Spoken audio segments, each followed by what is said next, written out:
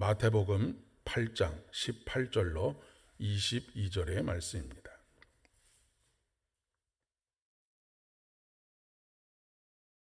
마태복음 8장 18절로 22절까지의 말씀, 18절의 말씀부터 함께 우리 한 목소리로 봉독하도록 하겠습니다. 시작. 예수께서 무리를 자기를 애워싸는 것을 보시고 건너편으로 가기를 명하시니라. 한 서기관이 나와 예수께 아뢰되 선생님이여 어디로 가시든지 저는 따르리이다. 예수께서 이르시되 여우도 굴이 있고 공중에 새도 거처가 있으되 인자는 머리 둘 곳이 없다 하시더라. 제자 중에 또 한 사람이 이르되 주여 내가 먼저 가서 내 아버지를 장사하게 허락하옵소서. 예수께서 이르시되 죽은 자들이 그들의 죽은 자들을 장사하게 하고 너는 나를 따르라 하시니라. 아멘. 후안 까를로스 오르티즈라고 하는 분이 쓴 제자입니까? 라고 하는 책이 있습니다. 우리말로 번역된 것이 1985년이니까 벌써 35년이나 된 어떻게 보면 고전에 가까운 그런 책입니다. 이 책이 처음 우리말로 번역이 되어서 소개되었을 때 한국 교회에 그리고 한국 교회의 그리스도인들에게 그리고 저에게도 큰 충격을 주었습니다. 우리가 예수님을 따른다라고 하는 것에 그 근본적인 질문을 던지는 책이었기 때문에 그렇습니다. 그는 이 책에서 제자란 예수 그리스도를 따르는 사람이다. 그러나 그분의 왕국에 속해 있다 하는 그리스도인들이라고 해서 다 그분의 제자는 아니다라고 이야기를 하면서 그리스도를 따른다라고 하면 그분을 주인으로 주님으로 모신다고 하는 것이고 다 그분의 노예로서 그분을 섬기는 것이다. 그리고 이 말은 또한 그분을 사랑하고 찬양한다라고 하는 뜻이 된다라고 하는 그런 말을 그의 책에 써놓았습니다. 예수님을 따른다라고 하는 것은 예수님을 닮아가는 것입니다. 예수님을 닮아간다라고 하는 것은 그분의 얼굴을 닮아간다라고 하는 것이기보다는 그분의 삶의 발자취를 닮아가는 것이다라고 이야기할 수 있습니다. 그분이 걸어가셨던 십자가의 길을 걸어가는 것이지요.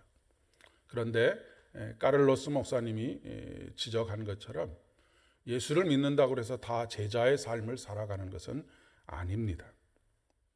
저 자신을 향하여서도 당신은 제자입니까? 라고 그렇게 묻는다라고 한다면 선뜻 대답하기가 머뭇머뭇거려질 것입니다.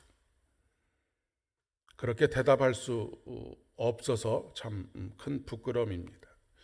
단지 예수님께서 걸어가신 그 길을 흉내라도 내려고 몸부림을 치고 있습니다라고 고백할 수밖에 없는 연약함이 우리들에게 있습니다.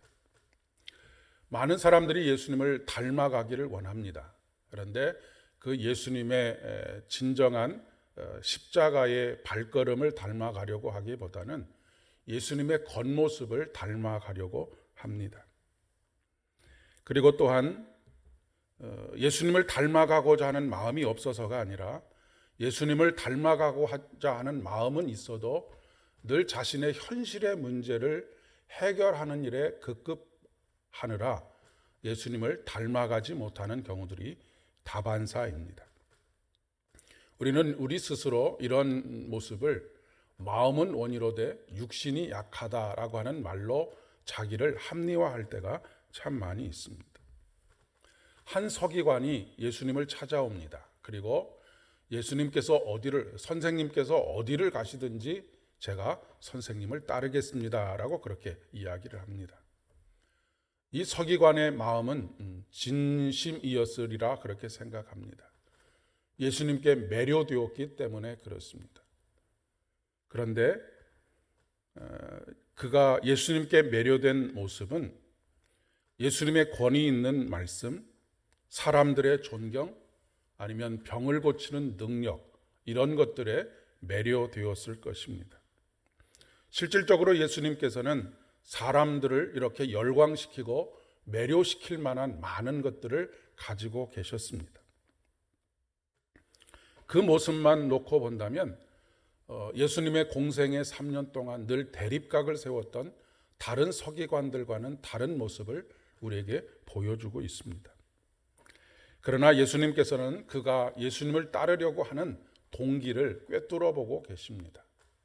그가 매료된 것과 그 이면의 것이 전혀 다를 수 있음을 말씀하고 있는 것이지요. 12 제자들과 같이 그는 예수님을 따르는 것을 통해서 자신의 삶이 더 존경받는 삶에 대한, 그리고 높아지고자 하는 삶에 대한 열망이 있었을 것입니다. 예수님의 12 제자들조차도 누가 더 높아질 것인가에 대한 그런 열망을 가지고 예수님을 따랐는데, 한 발자국 떨어져서 예수님을 바라보는 서기관에게 있어서는 그러한 모습이 더더욱 그렇지 않았을까 싶습니다. 그런 그에게 예수님께서 여우도 굴이 있고 새도 거처가 있지만 인자는 머리 둘 곳이 없다라고 말씀하십니다. 여기서 말하는 여우는 헤롯 왕을 이야기합니다. 헤롯 왕은 궁중에 머물면서 화려한 옷을 입고 산의 진미를 먹으면서 살아가는 사람입니다. 근데 이 헤롯 왕조차도 집이 있는데, 그리고 그곳에서 호의호식 하는데, 이 세상을 구원하러 오신 우리 예수님께는 머리 둘 곳조차도 없는 그런 삶을 살아가고 있음을 말씀하고 있는 것입니다. 그래서 인자로서의 예수님과 헤롯 왕을 극적으로 대비시키고 있는 모습을 보게 됩니다. 내가 나를 따르려고 하는 이유는 헤롯 왕과 같이 큰 궁전과, 그리고 헤롯 왕이 입는 옷과 헤롯 왕이 먹는 음식들을 먹고 싶은 그런 마음의 동기 때문에 따르려고 하지만 나에게는 머리 둘 곳조차도 없다라고 말씀하시는 것이죠. 그런 과정 중에 제자 중에 한 사람이 예수님께 이렇게 요청을 하지요. 주여, 내가 먼저 가서 내 아버지를 장사하게 허락하옵소서라고 요청을 합니다. 이 요청에 대해서 예수님께서는 제자의 삶, 곧 예수님을 따르는 사람의 삶의 자세가 어떠해야 하는가라고 하는 것을 이야기하고 계십니다. 죽은 자들이 그들의 죽은 자를 장사하게 하고 너는 나를 따르라 라고 말씀하십니다. 이 말씀만 놓고 보면 유교적인 문화, 그리고 세계 공통의 윤리적인 차원에서 본다라고 한다면 참으로 그 정도에서 벗어난 그런 말씀이라고 생각하기가 쉬울 듯하기도 합니다. 그런데 이스라엘에는 장례를 2번 치른다고 합니다. 성지순례를 가보면 그 전통적인 이스라엘의 그 돌무덤 안에는 우리가 성경에 열조에게 돌아간다라고 하는 표현이 있지 않습니까? 장례식을 치르고 나면 가족의 공동의 묘에 한쪽에 시신을 안치해 놓고 그리고 나서 1년 후에 다시 장례를 지내는데, 1년의 시간이 지나가는 동안에 그 시신의 모든 것들이 다 이제 그 탈골이 되고 뼈만 남게 되어서 1년 후에 다시 한번 장례식을 치르는데, 그것이 그 본래 눕혀놓았던 그 자리에서 모든 열조들, 조상들의 뼈가 모여 있는 곳으로 이렇게 옮기는 것입니다. 이게 같은 동굴 안에서 벌어지는 일입니다.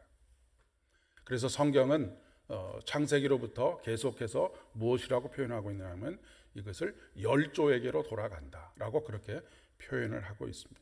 그러니까 지금 이 상황이 2번째 장례식을 치르고 있는 상황이었으리라라고 그렇게 추측을 하고 있는 것이죠. 물론 그 일도 중요한 일입니다. 하지만 말세 지말에 예수 그리스도를 따른다라고 하는 것이 무엇인지, 말세 지말에 가장 우선되어야 할 것이 무엇인지에 대해서 예수님께서 말씀하시고자 하시는 것이죠. 이 종말의 삶을 살아가는 사람들에게 있어서의 긴급성에 대해서 이야기를 하고 있는 것입니다. 우리는 예수님을 따르는 일이야 내일 하면 되지요. 근데 사실 여러분, 우리에게 내일이 보장되어 있다라고 하는 것을 누가 보장할 수 있겠습니까? 하나님께서 오늘 우리를 불러가시면 우리는 아무 소리 하지 못하고 예하고 가야 하는 것이 인간입니다. 만약에 저와 여러분에게 한 달의 시간만 이 세상에서 더 머물 수 있는 시간이 주어졌다라고 그렇게 생각을 해 보십시오. 여러분은 그 시간들을 어떻게 사용하시겠습니까? 그 시간에 더 많은 돈을 벌기 위해서 일을 하러 나가시겠습니까? 아니면 한 달 동안 나에게 있어서 가장 중요한 일이 무엇인지를 먼저 리스트를 만들고 그 중에서 우선순위를 정하지 않겠습니까? 그리고 가장 우선해야 할 일이 무엇인지를 그 마음속에 결심하고 그 일을 하는 일로 채워갈 것입니다.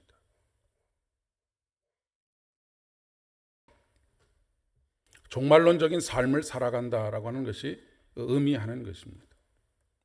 아마도 많은 경우에 이제까지 내 삶에 있어서 가장 중요하다, 가치가 있다, 우선순위로에 두고 있다라고 하는 것들 중에 수많은 것들은 더 이상 내 삶에 의미도 없고 가치도 없는 것들로 그렇게 정리가 될 것입니다. 삶의 우선순위가 바뀌게 되겠지요. 이 삶의 우선순위가 정확하게 정리가 되게 되면 여러 가지 일들을 해도 우리는 삶의 여유를 가지게 됩니다. 왜냐하면 가장 중요한 것을 먼저 했기 때문에 그 다음의 것들은 해도 되는 것이고 하지 않아도 크게 문제가 되는 것이 없기 때문에 그렇습니다. 그런데 이 우선순위가 뒤죽박죽 되어 있기 때문에 늘 분주한 삶을 살아가는데 정작 내 인생에 있어서 가장 중요하고 내 인생에 있어서 가장 가치 있고 의미 있는 일들을 하지 못하면서 인생을 허비하면서 살아가는 인생들이 굉장히 많다라고 하는 것입니다.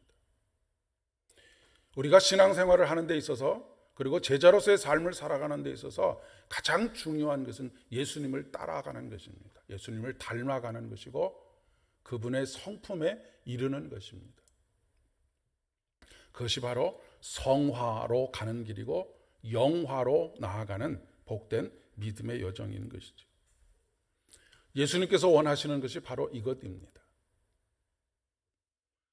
다른 모든 사람들은 그렇게 하지 못하더라도 너는 나를 따르라 라고 말씀하고 계십니다. 오늘 이 말씀이 저와 여러분을 향한 하나님의 말씀, 그리고 함께 오늘 온라인으로 함께 하고 있는 모든 분들을 향하신 하나님의 말씀으로 들려지기를 간절히 소망합니다. 나는 할 수 없지만 능력 주시는 자 안에서 내가 이 일을 감당하겠습니다. 제가 주님을 따르겠습니다. 저는 본성적으로 주님을 따를 수 있는 의지도 박약하고 모든 것이 갖춰지지 않았지만 다른 사람이 모두 다 나를 떠나간다 할지라도 너만은 나를 좀 따라주렴이라고 말씀하시는 주님의 간곡한 요청에 오늘도 주님, 제가 가지고 있는 능력으로는 주님을 따를 수 없지만 제가 가지고 있는 성품으로는 주님을 따를 수 없지만 내게 능력 주시는 당신 안에서 당신께서 말씀하시는 대로 당신께서 감동하시는 대로 오늘도 주님을 따르는 삶, 주님을 닮아가는 삶 살아가겠습니다라고 고백하실 수 있는, 그리고 그 삶을 살아가시는 저와 여러분 되실 수 있기를 진심으로 축복합니다. 함께 기도드리겠습니다. 은혜가 풍성하신 참 좋으신 아버지 하나님, 참으로 연약하고 부족한 우리들이 오늘도 주님 앞에 서게 하신 것 진심으로 감사를 드립니다. 지나온 믿음의 여정을 통해서 볼 때에 우리가 과연 주님을 따르는 제자의 삶을 살았는지 스스로에게 묻게 됩니다. 오늘을 살아가는 우리에게 삶의 우선순위가 무엇인지, 우리가 이 종말의 때를 얼마나 긴급한 상황으로 인식하면서 살아가고 있는지를 다시 한번 묻게 됩니다. 하나님, 우리를 제자로 부르셨으니 오늘도 우리의 발걸음이 주님을 따르는 발걸음, 주님을 닮아가는 발걸음 되어질 수 있도록 은총을 더하여 주시옵소서. 성령께서 우리 안에 가장 인생에 중요한 것이 무엇인지를 깨닫게 하여 주시고 그 삶의 우선순위 속에서 오늘도 우리의 삶을 살아갈 수 있도록 도와주시옵소서. 모든 말씀 예수님의 이름으로 기도드립니다.